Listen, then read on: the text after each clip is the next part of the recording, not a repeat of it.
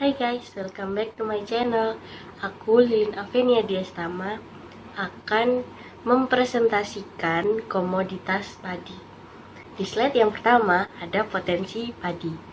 Indonesia merupakan daerah yang memiliki potensi yang sangat baik pada sektor pertanian. Sehingga Indonesia di tingkat internasional merupakan salah satu produsen sekaligus konsumen beras terbesar di dunia. Kondisi tersebut menuntut kreativitas dari masyarakat Indonesia untuk berkreasi supaya produksi padi di Indonesia meningkat atau minimal stabil. Dengan kestabilan produksi, Indonesia dapat menjaga ketahanan pangan nasionalnya. Di slide yang kedua, ada kondisi existing padi di Indonesia. Dari tahun ke tahun, pola panen padi tidak mengalami peningkatan, malah lebih sering terjadi penurunan. Kemudian, untuk itu perlu dilakukan suatu peningkatan produksi padi, karena peningkatan produksi lebih kecil dibandingkan dengan peningkatan jumlah penduduk di Indonesia sendiri. Jika hal tersebut tidak dilakukan, maka Indonesia akan bergantung impor beras, yang mengakibatkan dampak yang buruk bagi perekonomian serta kestabilan politik. Kondisi defisit beras diperburuk oleh konversi lahan subur atau sawah irigasi dan tada hujan yang terus berlangsung di Jawa, sehingga produksi cenderung menurun. Di slide yang ketiga ada regulasi dan kebijakan pemerintah. Ada 3 kebijakan dan regulasi pemerintah yang diterapkan di komoditas padi. Yang pertama ada subsidi. Kebijakan subsidi pupuk dan pengembangan lahan serta irigasi dan inovasi teknologi. Hal tersebut akan menghasilkan produk dengan standar mutu yang diinginkan oleh pelaku pengolahan hasil, pemasaran atau distributor, dan konsumen. Yang kedua ada investasi atau modal. Kebutuhan investasi atau modal dan terbangunnya informasi pasar bagi pelaku pengelolaan hasil dan pemasaran. Dan yang ketiga, pengaturan HET. Pengaturan HET atau harga eceran tertinggi untuk komoditas beras diatur dalam Permendag nomor 57 tahun 2017 yang menjadikan HET sebagai harga acuan pemasaran beras bagi pelaku pemasaran.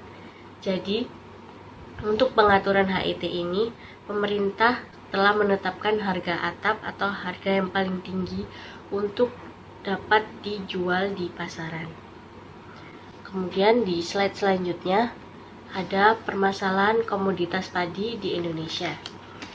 Ada bermacam-macam permasalahan komoditas padi di Indonesia sendiri. Yang pertama adalah minimnya anggaran sektor pertanian. Kemudian yang kedua ada alih fungsi lahan. Jadi karena udah banyak penduduknya atau jumlah penduduk di Indonesia itu makin banyak, akhirnya alih fungsi lahan yang semula jadi lahan pertanian itu berubah jadi lahan pemukiman atau industri dan lain-lain. Kemudian yang ketiga ada pengaruh cuaca dan iklim.